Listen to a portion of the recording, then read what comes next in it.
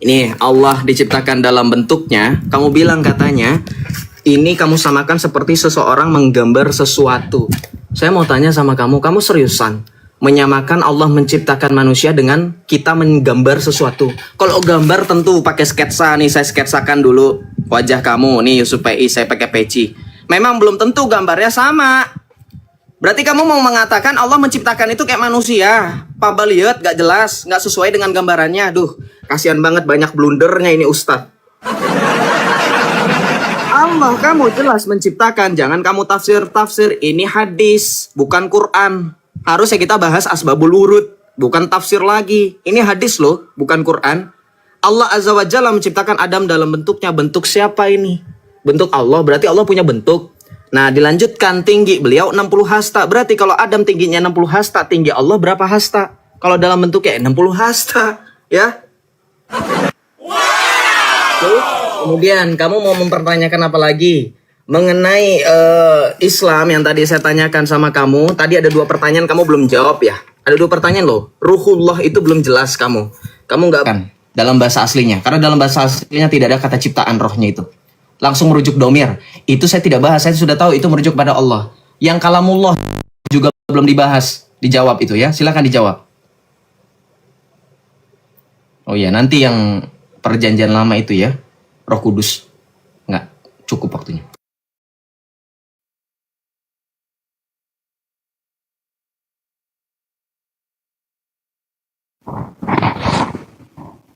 Baik, teman-teman, kayaknya saya harus ngajarin Joseph lagi ini tentang masalah domir gitu ya, teman-teman.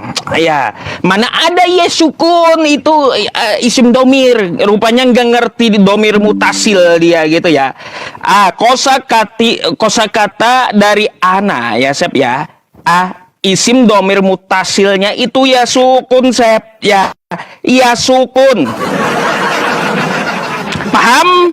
Dari anak ini domir mutasilnya ya sukun. Makanya kosakata miruhi itu adalah domir mutasil yang dirujukkan kepada Allah. Artinya apa? Ruh itu milik Allah, ciptaan Allah. Makanya dari kosakatanya aja kenapa ada dalam tanda kurungnya ciptaan? Karena ruh yang ditiupkan itu dari Allah, dari ciptaannya gitu.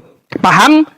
Artinya apa? Ruh itu ada pemiliknya. Kalau ada pemiliknya, berarti pemiliknya yang bikin dari ruh tersebut. Makanya aku bilang, itu adalah kosakata idopah. Yang mirip-mirip kosakata disandarkan.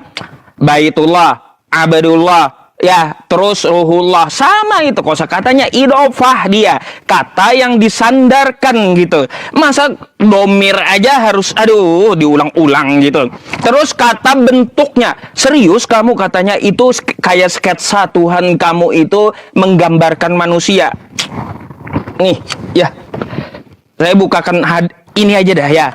Saya ini bukan ambil dari terjemahan selalu, Sep. Kalau ada sebuah hadis ya, saya akan buka kamus. Surah itu apa? Menggambar, melukiskan sesuatu, Sep. Ya, makanya suratihi itu bukan berarti bentuk sama dengan Allah, bukan. Tapi sesuai dengan yang dia lukiskan atau dia gambarkan, gitu. Oke? Nah, makanya saya pakai apa? Pakai nih, ya, kamus bahasa Arab. Terus sudah saya jelaskan domir itu seperti apa. Saya rasa ya cukup saya menjelaskan 2 hal itu dan Yosef pun saya rasa itu ngerti udah gitu ya. Terus perbedaannya dengan kitab Yosef masalah Mazmur 82 tadi. Saya heran ya, kata Yosef di situ itu adalah jamaknya Allah. Tadi di awal bilang Tuhan itu Esa, tapi tiba-tiba ada jamaknya Allah. Itu kayak gimana, Seb, jamaknya Allah? Terus kata kamu di situ ilah. Lalu kenapa terjemahannya jadi Allah? Ilah dengan Allah beda. Ya, ilah dengan Allah itu beda. Lalu kenapa di terjemahan Mazmur 82 itu Allah, bukan ilah gitu? Terus apa yang dimaksud para Allah? Jamak Allah. Berapa biji Tuhan kau kalau kayak gitu? Itu yang kutanyakan. Ya jangan kesana kemari gitu. Terkait tentang masalah pertanyaanku, nabi siapa yang menyembah Roh Kudus? Itu belum kau jawab samaku. Nabi siapa yang menyembah Roh Kudus sebelum Yesus itu datang? Karena tadi tidak sempat gitu ya. Sebenarnya saya mau bawa satu pembahasan lagi. Kita memahami ya teman-teman. Ini adalah pertanyaan yang udah berapa lama yang saya pertanyakan dengan pihak kekristenan juga. Jika kamu merasa bahwa Tuhan itu maha adil, Tuhanmu yang jadi manusia itu maha adil, ya ini pertanyaanku. Tuhan yang jadi manusia turun ke Yerusalem selama 33 tahun hanya di satu kampung di Nazaret saja gitu ya. Saya mau tanya ke Joseph, di mana konsep keadilannya seperti itu? Tuhan yang nongol di satu kampung itu. Di sini konsep keadilan bagi mata kita yang melihat dengan mata kepala ya, bukan melihat dengan hati. Nanti malah dibawakan katanya, beruntunglah, berbahagialah orang yang percaya namun tidak melihat. Bullshit itu.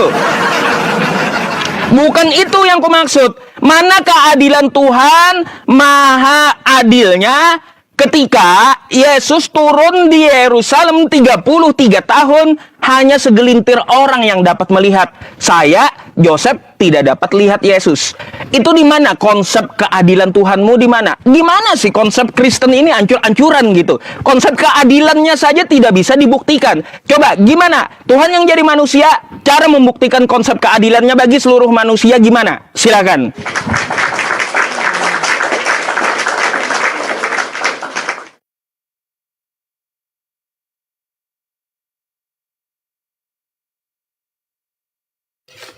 Oke, kita lanjut ya. Kita lanjut ya. Kalau Anda bertanya dalam perjanjian lama, apakah nabi-nabi mengenal Roh Kudus? Tadi saya sempat di awal sudah tahu ya. Saya tampilkan Profesor Dr. Benjamin Sommer. Di situ seorang profesor, rabi atau pengajar dari Yahudi yang mengatakan bahwa dalam bukunya, nih saya tampilkan ya. Nanti juga buka tafsir Targum Pseudo Jonathan Yehezkiel 11 ayat 25, di situ akan membawa Roh Kudus turun di atas para nabi. Tapi saya mau membawa kamu di dalam bukunya Profesor Benjamin Sommer ketika berbicara di sini mengenai Trinitas. Kamu baca di sini ya, The Bodies of God and the Word of Ancient Israel. Di sini akan dibahas bahwa ketika berbicara mengenai Tritunggal ini bukanlah suatu permasalahan yang utama. Dibaca di sini, yang Islam pasti ngerti bahasa Inggris dong. Yang Kristen udah pasti jelas. The only significant theological difference between Judaism and Christianity lies not in the Trinity. Baca pelototin orang Islam. Jangan cuma isap jempol, lu orang Yahudi ngaku sama ke Islam, orang Kristen diludahin sama Yahudi, ya kami diludahin, kamu dibombardir. Ya. Jangan lupa kalau mau Yusuf PI mau jujur juga di Safaria, nggak cuma Tuhan Yesus kami yang dihina. Lebih hina Nabi kamu dikatakan sebagai Mesugoh, tau nggak Mesugoh apa artinya? Orang gila, tau nggak? Nabi kamu dikatakan demikian sama orang Yahudi. Ya, tapi ini sesuai dengan kejujuran Dr. Benjamin Sommer yang tadi saya sudah tampilkan profilnya. Beliau seorang pengajar Yahudi. Beliau mengakui tidak ada yang masalah dengan Trinitas, termasuk konsep Roh Kudus tadi dalam Targum Pseudo Jonathan Yehezkiel 11 ayat 25. Oke, kemudian kita bahas lagi tadi yang kamu sedang bolak-balik masalah Domer, Musasil dan seterusnya. Saya nggak lagi bahas Domer, nggak lagi bahas Idofah. Saya bahas kejujuran kamu. Ini Quran terjemahan di sini betul. Saya kan tadi sudah bilang, ini rohnya Allah, merujuk kepada Allah, rohnya Allah. Dari mana rohnya Allah ciptaan? Oke lah, saya terima. Misalkan kamu katakan Allah kamu itu rohnya ciptaan. Kamu buka lagi surah Shot ayat 72. Rohnya Allah itu ciptaan katanya, teman-teman baca di sini. Ya, berarti secara tidak langsung orang Islam mau mengakui Allahnya itu menciptakan ciptaan dengan ciptaan juga. Paham nggak kamu? Allah kamu meniupkan roh yang diciptakan kepada ciptaannya. Berarti Allah kamu itu sama seperti makhluk. Menciptakan sesuatu bukan dari ketiadaan. Menciptakan sesuatu dari bahan. Sesuai dengan konsep yang seharusnya bahwa agama atau Tuhan itu menciptakan ustadz kamu, kiai kamu. Sementara kalau penjelasan kamu, Allah kamu ini menciptakan dari creatio ex materia. Menciptakan sesuatu dengan bahan. Itu namanya bukan Tuhan, itu manusia. Kamu sedang menjelaskan manusia. Contoh, saya kasih analogi yang pas. Nggak kayak kamu, dari tadi analoginya nggak pas-pas. Kamu membuat kue, kamu harus ada bahan dulu. Ada tepung terigu, ada gula, ada vanili, dan seterusnya. Itu manusia menciptakan kue dari bahan. Allah kamu menciptakan manusia, berarti dari roh yang ciptaan juga. Berarti Allah kamu sama seperti makhluk. Menciptakan sesuatu pakai bahan. Bahannya ciptaan dia juga. Loh kalau begitu, Allah kamu tadinya nggak punya roh. Makanya ada di masa Tuhan kamu menciptakan dulu rohnya. Saya tanya, nanti kamu bikin bingung. Kapan Allah menciptakan roh? Ayo. Jawab ya, berat kan? Belum, jangan lupa ya, saya punya 2 poin loh mengenai 3 in 1 dalam Islam. Kenapa kamu nggak mau bahas kalamullah? Ayo, ini pertanda nih, takut nih. Kalamullah, saya ulangi ya, pertanyaan yang kedua, ini pertanyaan pertama juga masih belum terjawab jelas. Kalamullah, firman Allah dalam akidah Ahlussunnah wal Jamaah, Asy'ariyah, Maturidi, kayak terserah. Kalamullah, firman Allah, kamu ciptaan atau bukan? Jawab pakai data ya. Kenapa dari tadi ini nggak terjawab? Udah 2 ronde loh saya ingatin. Ini udah ketiga kalinya berarti. Kamu harus jawab, firman Allah kamu ciptaan atau bukan? Oke? Yang berikutnya. Mengenai kamu bilang bahwa di dalam hadis yang tadi saya bawa, ini suratihi, artinya dilukiskan dan digambarkan. Kamu nggak usah kabur. Berarti kamu mengakui ketika dikatakan ini dikatakan suratihi, artinya digambarkan, dilukiskan, tapi gambarannya belum tentu sama. Masalahnya ini adalah bentuknya.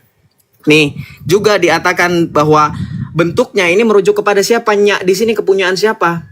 Suratihi menggambarkan dalam bentuk siapa? Orang kalau gini loh, Pak Yusuf, kalau mau menganalogikan sesuatu yang jelas, menggambarkan itu kan pasti ada objek, betul nggak? Saya mau gambar nih. Gambar objeknya apa? Apel. Oke, apel mana yang saya harus gambar? Apakah apel Granny Smith yang warna hijau atau apel Washington Red yang warna merah?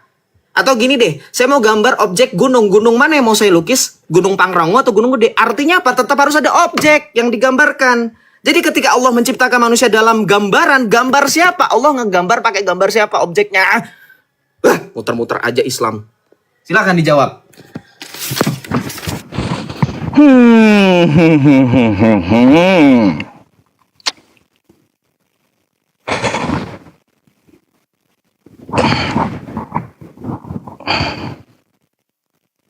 Aduh Joseph, saya jawab dulu tentang masalah gambar gitu ya. Teman-teman semuanya, ketika seorang arsitek gitu ya ingin membangun sebuah gedung, apakah gedungnya itu dia harus menggambarnya seperti gedung apa dulu? Contoh ya, gedung Khalifah tuh ya, yang tingginya menjulang sampai ke langit. Adakah yang sama gambarnya seperti gedung tersebut? Kau samakan, maunya Tuhan itu menggambar kayak manusia. Udah dibilang bedakan, ya bedakan antara Tuhan dengan makhluk. Udah kuanti-wanti dari tadi. Kan gitu ya. Makanya kau berpikir kayak gimana sih? Arsitek aja kagak perlu dia meniru menggambar sesuai bahan yang lain, enggak. Coba tuh ya arsitek yang bangun gedung Khalifah gitu ya. Enggak ada dia meniru gedung mana dulu yang saya ambil, nggak ada kayak gitu. Begitu pula Allah ketika menciptakan manusia, nggak perlu dia contek-contek dengan gambaran yang lain. Gimana sih ya? Aduh, muter-muter. Terus kamu berkata, roh itu ciptaan. Domir katanya aku tidak bahas domir. Ya masalahnya kamu ketampol. Ya kalau bahas nahu sorob sama aku. Gitu. Ya kita tinggalkan masalah nahu sorob, kita tinggalkan masalah domir gitu ya. Lalu kamu bertanya, kalau ruh itu ciptaan, kapan ruh itu diciptakan? Hari apa, tanggal berapa? Kan kayak gitu. Ya. Nah, kalau kutanyakan balik, kapan juga ruh itu diciptakan? Coba ke Kristen. Kalaunya saya, teman-teman pasti menjawabnya pakai dalil gitu ya. Kapan ruh itu diciptakan? Allah menjawab kayak gini. Ini pertanyaan Yahudi kepada Islamnya. Wa yas'alunaka 'anir ruh qulir ruhu min amri rabbi wa ma utitum minal ilmi illa qalila. Dan mereka bertanya kepadamu tentang ruh. Katakanlah, ruh itu termasuk urusan Tuhanku, dan tidaklah kamu diberi pengetahuan, melainkan sedikit. Jadi kalau kamu diberi pengetahuan tentang masalah roh, ya, aku mau tanya dulu. Bentuk roh kudus, ya, terus roh Allah, itu sama atau beda? Terus bentuknya seperti apa? Warnanya seperti apa? Jawab tuh ya. Aku kalau pengetahuan Kristen lebih banyak tentang ruh, aku minta bentuk bagaimana ruh itu, ya, terus apa warna ruh itu. Aku tanya dulu itu. Ya, karena apa? Aku jujur, pakai dalilku. Ya, bahwa Allah menciptakan ruh itu hanya diberi sedikit pengetahuan tentang ruh kami itu. Jadi tanggal berapa, tahun berapa, ya jujur. Kita diberi pengetahuan sedikit tentang ruh. Maka dari itu, kalau tentang ruh itu Kristen mengetahui banyak, kutanyakan, ruh itu warna apa, bentuknya seperti apa? Ya, nah silahkan kamu jawab tentang masalah ruh itu. Ku kembalikan kepada kamu ya pertanyaannya. Terus berkaitan tentang masalah Bible. Bible ini ya teman-teman, tadi Joseph belum sempat menjawab ya sifat Tuhannya yang maha adil. Karena yang kita bahas di sini konsep ketuhanan ya teman-teman. Aku mau tanya, Sep, ya, mau tanya, di mana letak keadilan Tuhanmu dari sisi sifatnya, ya, sifatnya itu maha adil.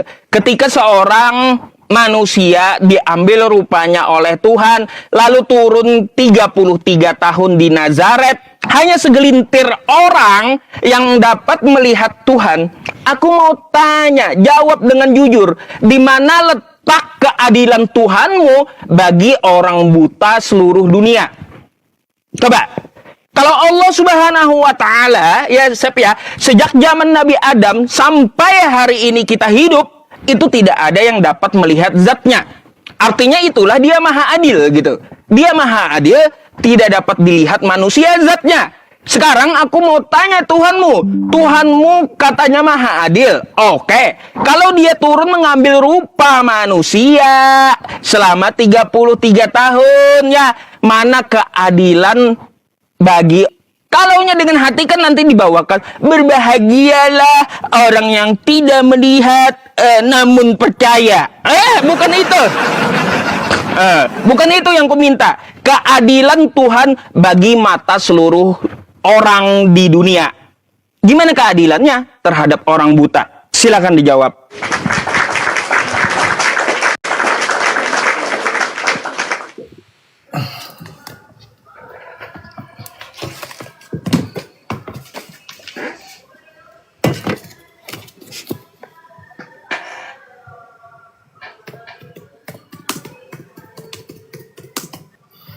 Oke ya, kita langsung aja ya membahas tentang keadilan Allah. Betul, kamu mengutip Yohanes 20:29, justru adilnya Tuhan kami begitu. Berbahagialah karena kamu telah melihat maka kamu percaya, berbahagialah orang yang tidak melihat namun mereka percaya. Kenapa? Karena di situ lihat secara fisik. Iman itu berbicara tentang dasar sesuatu, Ibrani 11 ayat 1. Kamu jangan cengar-cengir. Adam sampai Muhammad atau sampai manusia terakhir nggak pernah ngelihat Allah, bohong, pendusta Islam.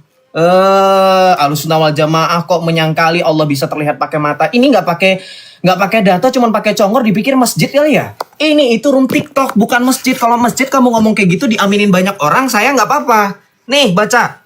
Apakah Allah tidak terlihat oleh mata? Apabila seorang bertanya apakah ini, jangan kamu sangkali dari ini ya. Ini Ahlussunnah wal Jamaah loh. Kitabnya ulama kebanggaan kamu loh, Asy'ariyah loh. Nih, ya.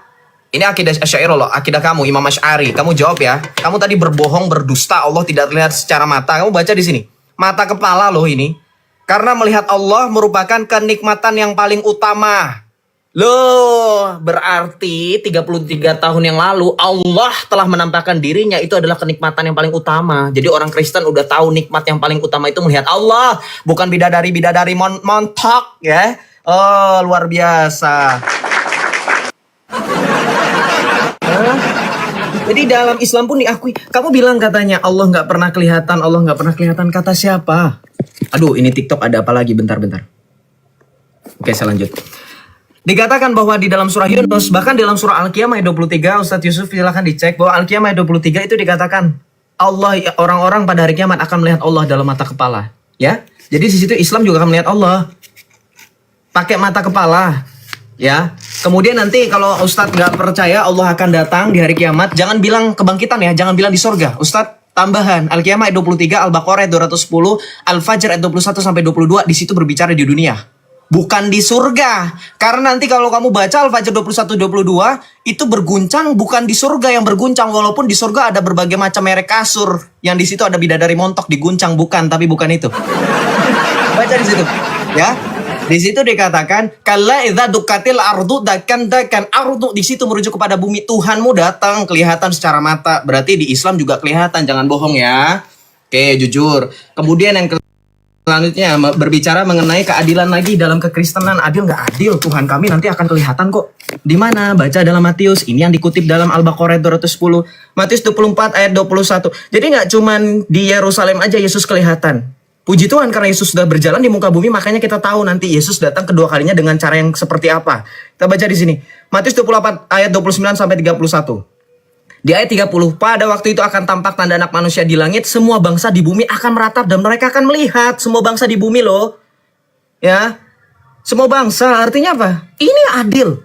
Memang sampai dengan detik ini keadilan itu tidak dapat tercapai jikalau memenuhi nafsunya Islam.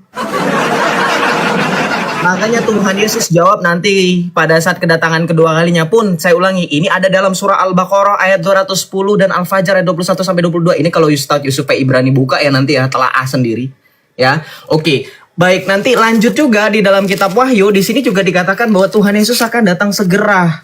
Ya, dan kenikmatan yang paling utama adalah bertatap muka dengan Allah di surga.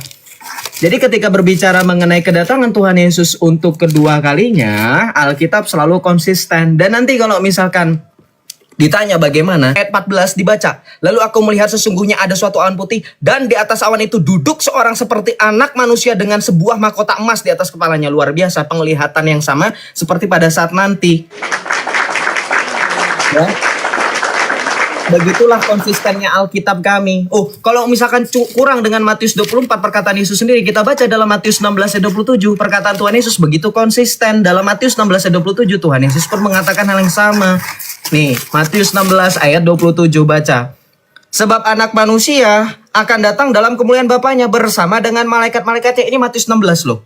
9 bab sebelum Matius 24. Artinya begitu konsisten. Kenapa Yesus datang dalam awan? Kenapa? Karena di dalam Kisah Para Rasul 1, kedatangan Tuhan Yesus yang dikonfirmasi oleh Al-Quran di dalam Al-Baqarah ayat 210, itu datang seperti bagaimana Tuhan Yesus naik. Nanti kita peringati tanggal 29 Mei. Bagaimana Yesus naik? Kita baca di sini. Ketika sesudah ia mengatakan demikian, terangkatlah ia disaksikan oleh mereka dan awan menutupnya dari pandangan mereka. Kemudian malaikat itu berkata, hai orang-orang Galilea, mengapakah kamu berdiri melihat ke langit? Yesus ini yang datang, yang diangkat ke surga meninggalkan kamu, akan datang kembali dengan cara yang sama. Jadi kedatangan Yesus, keadilan Yesus itu terjadi di kedatangan yang kedua kalinya.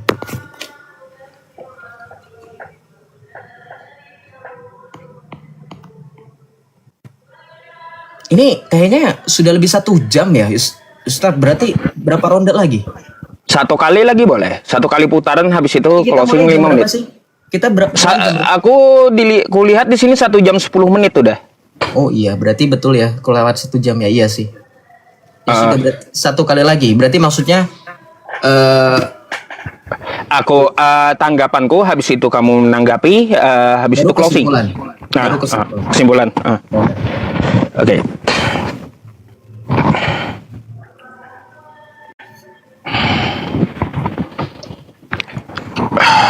Oke ya teman-teman semuanya, saya jawab dulu tentang kitab yang dibawakan oleh Joseph. Oh, ini akidah Asy'ariyah. Allah itu dapat dilihat. Terus dia bawakan Quran surah Al-Qiyamah ayat 23. Ya, betul, Allah Subhanahu wa taala dapat dilihat setelah kiamat, Sep. Makanya buka di sini ya.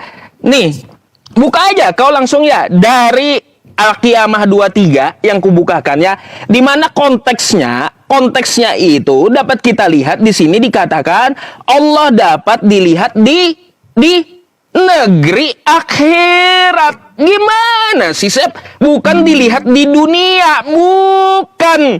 Macam mana pula kamu ini? Saya pun sesuai kitab Asy'ariyah yang kau bawakan, Allah dapat dilihat. Aku yakin 100% dapat dilihat di negeri surga Mekah gitu. Lalu apakah dapat dilihat dengan mata di dunia? Mari teman-teman kita ke dalam Quran surah Al-An'am ya. Al-An'am ayat 103 ya. Nih, Al-An'am ayat 103 ya. La tudrikuhul absar wa huwa yudrikul absar. Dia tidak dapat dilihat oleh penglihatan mata, Sep ya.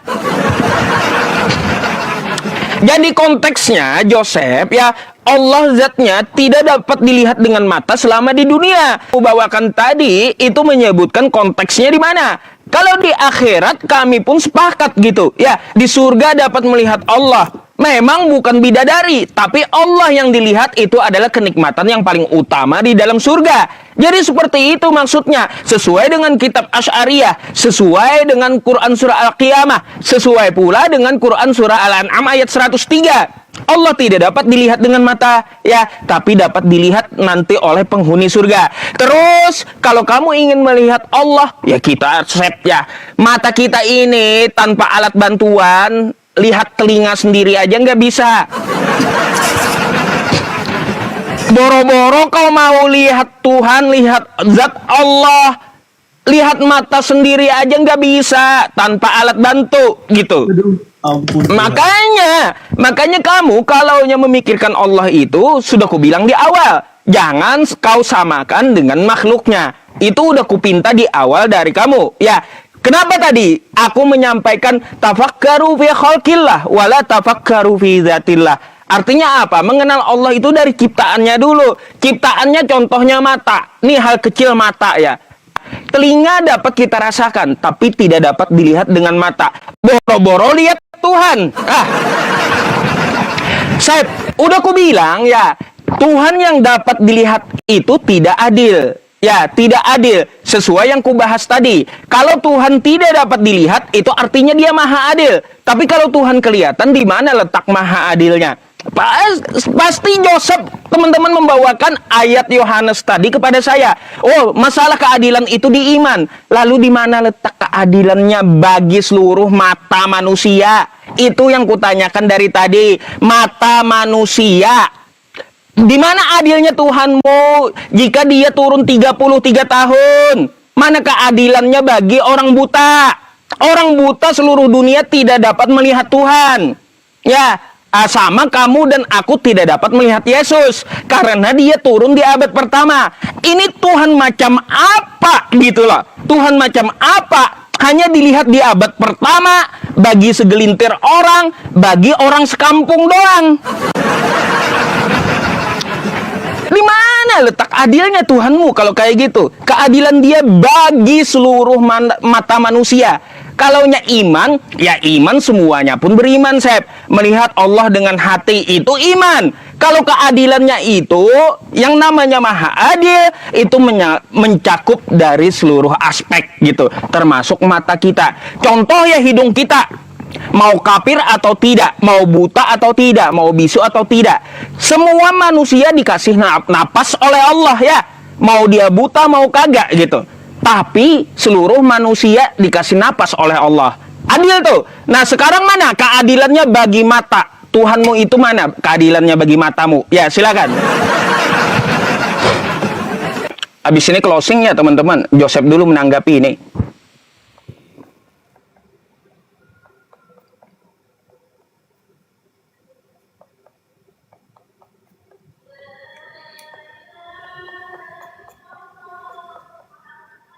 Waktu.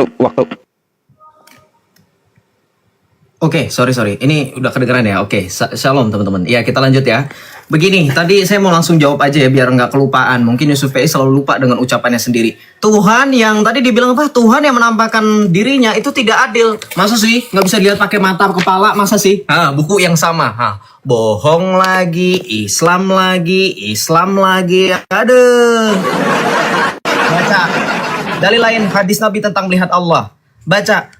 Masalahnya Muhammad kamu yang begitu sempurna, saking sempurnanya itu berkontradiksi dengan kamu. Kenapa saya bilang kontradiksi? Baca hadis ini. Kalian akan melihat Rob kalian sebagaimana kalian melihat bulan di malam purnama. Saya tanya sama Islam, sama Kristen, sama orang-orang tidak beragama, jujur. Lu bisa nggak ngelihat bulan purnama sekarang? Bisa nggak teman-teman? Bisa. Pakai alat bantu nggak? Enggak, mata telanjang bisa. Wah, Yusuf PI ini selalu berbohong, luar biasa Islam. Ya. Antara Yusuf PI dengan Muhammad harusnya rembukan dulu nih. Nggak tahu ketemunya di mana deh. Ya. Baca. Kalian akan melihat Rob kalian sebagaimana kalian melihat bulan. Ini masalahnya artinya. Ya. Digunakan Muhammad menyamakan Allah kami seperti bulan purnama. Ngerti? Ya, dan kalian tidak mendapatkan bahaya. Bahaya yang dimaksud adalah tidak ada halangan, hambatan. Baca di sini. Kita baca di sini. Dia tadi bilang katanya, oh nggak dilihat pakai mata kepala, bohong. Baca. Apabila kata melihat ru'yah, ini saya pakai buku loh. Kamu cuma pakai asumsi, pakai Quran kata kamu, yakin pakai Quran. Nanti kita bantah Quran kamu dengan Muhammad kamu ya. Di sini dikatakan bahwa pengertian dari kata itu tidak lain adalah penglihatan mata kepala, nggak ada mata. Ya, kita lanjut lagi. Bahkan di sini dikatakan Allah kamu tidak dapat dilihat, berarti bertentangan dengan akidah Ahlussunnah. Allah kamu tidak dapat dilihat, maka dia tidak wujud. Baca. Sesuatu yang berwujud dapat dilihat. Makanya Joseph kalau lagi tampilin data tuh dilihat, ya dilihat gitu loh, dilihat di notnya. Berarti samanya Tuhan kamu nggak adil. Kenapa? Karena berdasarkan dalil, kalaupun memang di surga yang kamu katakan dalam Al-Qiyamah, berarti tidak dapat dijamah tanpa terkecuali. Betul kan? Itu yang mau kamu kan? Kamu menyamakan Yesus turun hanya di Nazaret, nggak ke semua orang. Berarti sama, Allah kamu juga tidak sampai kepada keadilannya. Karena orang-orang kafir nggak dapat melihat Allah. Baca, Allah tidak dapat dicangkau oleh penglihatan orang-orang kafir. Sama dong Tuhan kamu nggak adil. Blunder lagi kan? Blunder. Oke, kita lanjut. Ya, kamu bilang Tuhan Yesus hanya menampakkan kepada orang-orang. Enggak, kamu baca dalam 1 Korintus. Ya, dalam 1 Korintus 15 ayat ke-6, Tuhan Yesus itu menampakkan diri kepada 500 orang sekaligus. Dan tadi kan saya sudah mati-matian menunjukkan data di dalam Alkitab pada kedatangan ini Yesus loh. Yesus itu adil. Makanya tadi saya minta kamu, nah ini kan berarti dia takut nggak mau buka Al-Baqarah ayat 210-nya.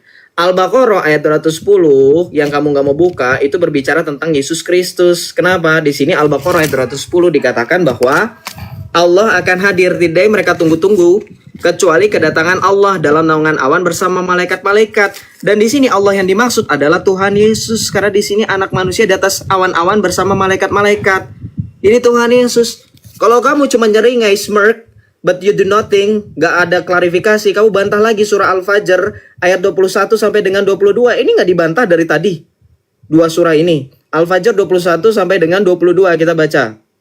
Nah, jangan sekali-kali begitu apabila bumi diguncangkan berturut-turut berbenturan. Dibaca ayat 22-nya. Wajah Rabbuka, Tuhanmu datang. Begitu pula malaikat baris-baris. Siapa Tuhan ini? Wajah Rabbuka ini? Ya Yesus, karena Yesus datang bersama malaikat-malaikatnya. Juga di dalam kitab Wahyu, tadi kan saya sudah bolak-balik. Ayo dong, hargai effort saya, usaha saya untuk buka-buka dalil saya, data saya yang dari tadi. Ya, jangan hanya asumsi pribadi. Wahyu 14 pun dikatakan di sini, lalu aku melihat sesungguhnya ada suatu awan putih dan di atas awan itu duduk seperti anak manusia. Ini konsisten kan Alkitab itu? Dari perjanjian baru sampai dengan, dari Injil sampai dengan kitab Wahyu. Konsisten kan? Dalam kisah para rasul pun konsisten. Saya tidak menemukan konsisten di dalam Al-Quran ketika Al-Quran menyatakan penciptaan dan seterusnya yang dari tadi dibahas. Saya tidak menemukan data yang konsisten dan valid.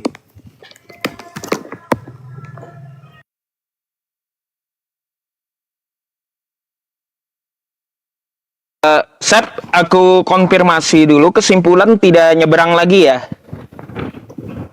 Kesimpulan itu artinya menyimpulkan perdebatan dari masing-masing kedua belah pihak. Apa yang menurut kamu menjadi nilai plus di sisi kamu dan nilai minus di sisi lawan. Itu kesimpulan setahu saya selama saya. Oke, kalau gitu oke. Iya. Silakan saja. Kesimpulan itu pada akhirnya kesimpulan di sisi kamu kok. Silakan. Menyimpulkan. Oke, kalau gitu sekalian closing statement ya teman-teman. Kesimpulan juga saya akan menanggapi dulu apa yang dikatakan Joseph di kalimat dia terakhir gitu ya. Bahwa Allah adalah Yesus atau Nabi Isa yang turun dengan awan-awan dan malaikat. Itu gampang cara bantahnya. Tinggal bawa Al-Maidah 72 aja. Laqad kafarol ladzina Isa putra Maryam. Jadi cocok loginya Joseph tidak cocok sama sekali gitu ya. Nah, jadi seperti itu. Jadi Allah mempunyai 12.000 sayap. Apakah ada dijelaskan di tempat kamu Yesus turun di hari kiamat gitu dengan malaikat 12.000 sayap? Kan gitu ya. Jadi jangan kau cocok logi bahwa Allah turun di hari kiamat, tetapi Allah bukanlah Yesus, Allah bukanlah Nabi Isa, sesuai dengan Quran surah Al-Maidah ayat 72. Oh, banyak kali kau buka data tapi bantahannya cuma nggak sampai satu ayat gitu loh. Aduh, bantahannya nggak sampai satu ayat ya. Laqad kafaral ladzina qalu innallaha huwal masihu ibnu Maryam. Sesungguhnya ya, barang siapa yang mengatakan Allah ialah Isa putra Maryam, maka dia telah kafir. Berkaitan tentang masalah itu tadi kata Joseph, perhatikan dataku. Udah beberapa kali ya aku menampilkan data. Nih ya, mari kita baca aja data yang dibawa Joseph tadi ya. Nih ya, innakum satarawna rabbakum, sesungguhnya kalian akan melihat Rob kalian pada hari kiamat sebagaimana kalian melihat bulan purnama. Dijelaskan oleh Nabi, innakum satarawna rabbakum, di hari kiamat. Ya, di hari kiamat di surga Allah bisa dilihat. Lalu keadilannya di mana untuk orang kafir? Orang kafir itu letaknya di neraka. Allah tidak akan menampakkan zatnya di neraka, nggak mungkin.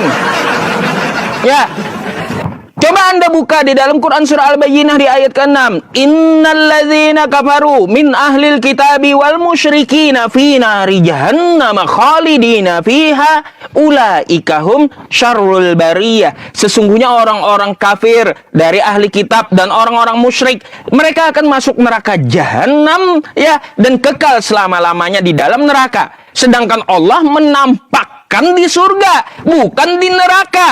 Itulah keadilan. Keadilan bagi siapa? Keadilan bagi orang beriman yang taat dan patuh terhadap perintah Allah.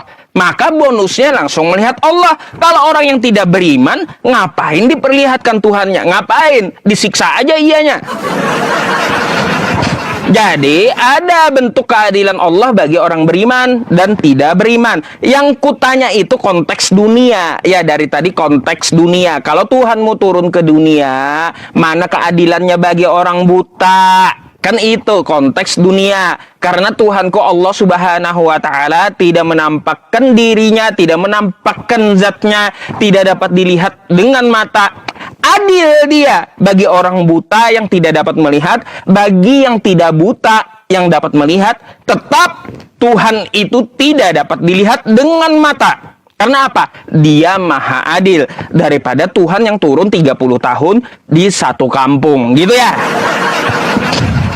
Nah, jadi konteksnya itu melihat dengan mata, keadilan melihat dengan mata selama di dunia, bukan di akhirat. Dari tadi Joseph membawa kitab kita, Al-Quran dan hadis, itu konteksnya selalu di akhirat, bukan di dunia. Sedangkan yang saya tanya di dunia. Jadi ya kesimpulannya teman-teman semuanya, saya hanya menyampaikan kepada Anda semuanya, ayo jangan salah sembah Tuhan. Sembah Tuhan yang adil gitu ya, yang adil kepada Anda, kepada saya, dan memberikan kasih sayangnya kepada Anda, yaitu siapa? Allah Subhanahu wa Ta'ala. Di dalam Quran surah Ali Imran ayat 102, wala tamutunna illa wa antum muslimun, dan janganlah kamu mati kecuali dalam keadaan Islam.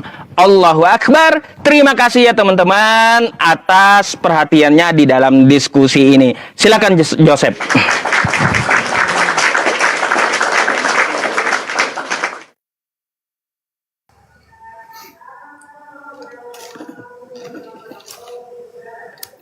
Oke, kita rematch ya. Oke, ini saya bingung. Ini kan harusnya kesimpulan ya, tapi saya nggak mendapatkan kesimpulan. Kesimpulan dikit banget. Yang ada malah membantah. Ya udah, saya ikutin aja teman-teman ya. Saya izin ya. Saya ikutin aja. Saya bahas satu aja deh. Ini bukti kebohongan lagi, katanya Allah nggak akan menampakkan di neraka. Kata siapa? Allah kamu itu lagi sauna refleksologi. Di mana? Di neraka. Baca ini. Kami Bukhari telah menceritakan kepada mereka, ini perawinya. Orang-orang dilemparkan ke neraka, dan neraka itu berkata dalam surah Al-Qaf ayat 30, apakah ada tambahan lagi? Maka Allah meletakkan kakinya. Kaki Allah kamu ada di neraka kok. Orang neraka itu akan melihat kaki Allah kamu, begitu luar biasanya Allah kamu ya. Kamu bohong, dusta, katanya Allah nggak menampakkan. Ini makanya saya bilang kesimpulan aja. Blunder lagi kan? Sudah berjanji hanya sekali saja, udah itu untuk membuktikan Anda sudah berbohong banyak sekali. Silahkan dinilailah secara publik ya. Oke, saya kembalikan kepada kesimpulan di sisi saya. Di sisi kami sebagai orang Kristen, kami begitu menunjukkan konsistensi data-data kami. Kami menunjukkan data-data tidak hanya dari Alkitab, tapi dari tadi Profesor Benjamin Sommer.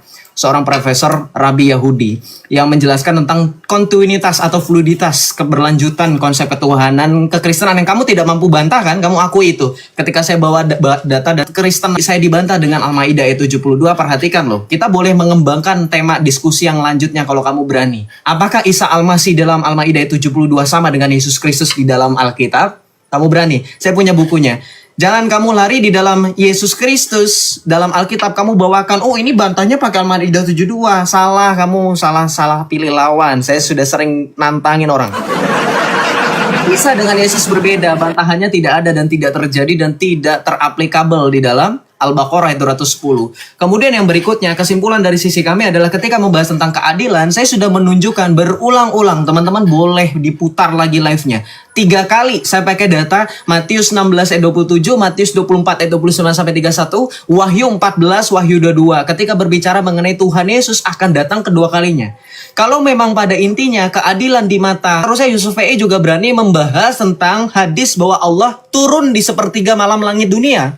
Karena di dalam kepercayaan Islam, Allah turun di sepertiga malam langit dunia. Bayangkan, bagaimana mungkin di dunia lain, belum nyampe sepertiga malam, Allah tidak dapat turun. Silakan dipikirkan keadilan Tuhanmu itu yang hanya mampu turun di sepertiga malam. Hadisnya sahih. Banyak sekali anggapan-anggapan yang menurut kamu tidak ada bantahannya, saya sudah bantah dengan data yang sangat jelas dan reliable. Kemudian yang berikutnya, kesimpulan di sisi saya adalah berbicara mengenai Tritunggal. Ada satu hal yang kamu belum jawab dan tidak menjawab sampai dengan detik terakhir kamu memberikan kesimpulan. Apa itu? Kamu tidak menjawab firman Allah. Kamu dalam keyakinan Ahlussunnah wal Jamaah. Apakah ciptaan atau bukan? Itu tidak kamu jawab sampai 3 kali dan ini 4 kali. Ya. Kenapa? Karena kamu tahu di dalam akidah Ahlussunnah wal Jamaah kalamullah itu dibagi menjadi 2 kodrat. Kalam lafsi dan kalam nafsi. Itulah yang dimaksud dengan Yesus Kristus sepenuhnya Allah, sepenuhnya manusia. Makanya kamu tidak berani menjawab itu karena kalau kamu menjawab itu langsung sudah selesai debat ini dari tadi bahwa Yesus Kristus valid dikatakan sebagai Allah yang menjelma menjadi manusia. Karena kamu tidak mau menjawab kalamullah firman Allah itu apakah ciptaan atau bukan. Karena dalam akidah Ahlussunnah wal Jamaah atau bahkan dalam pembantahnya Ibnu Taimiyah itu diakui orang-orang Ahlussunnah wal Jamaah membagi kalamullah dengan kalam lafsi dan kalam nafsi. Mana yang diciptakan, mana yang ciptaan. Kemudian yang terakhir, kesimpulan dari saya adalah ketika Anda mengajak orang lain untuk menyembah apa yang kelihatan, kamu mengenal apa yang kamu kenal. Tapi kamu tidak mengenal apa yang kamu kenal dengan cara bagaimana kamu mengenalnya. Ketika dibuktikan Islam memiliki berbagai macam pandangan tentang Allahnya sendiri. Seperti yang kamu tadi tolak di awal Ibnu Taimiyah. Dan ulama-ulama lain yang berpemahaman yang berbeda dengan kamu. Padahal mereka mengenal satu Allah saja, yaitu Allah yang dikenalkan oleh Muhammad. Tapi di dalam konsep kekristenan Allah kami Bapa, Putra dan Roh Kudus dikenal oleh orang-orang Kristen melalui pernyataan Yesus Kristus yang menyatakan dalam Yohanes 14 ayat 6. Di mana di dalam doa orang Islam selalu berdoa ihdinas siratal mustaqim siratal ladzina an'amta 'alaihim ghairil jawab dalam Yohanes 14 ayat 6. Ana huwa thoriq al-haq al-hayah, akulah jalan dan kebenaran dan hidup, tidak seorang pun sampai kepada Bapa kalau tidak melalui aku. Jangan kamu menyembah ilah kategorial, nyembahlah Yesus Allah segala bangsa. Makasih ya. Oke, makasih Chef ya.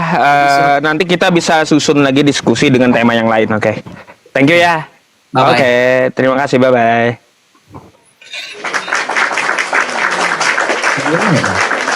Kemana ini keluar? Nah, kita berdua sama-sama nggak ngerti. Oh ini.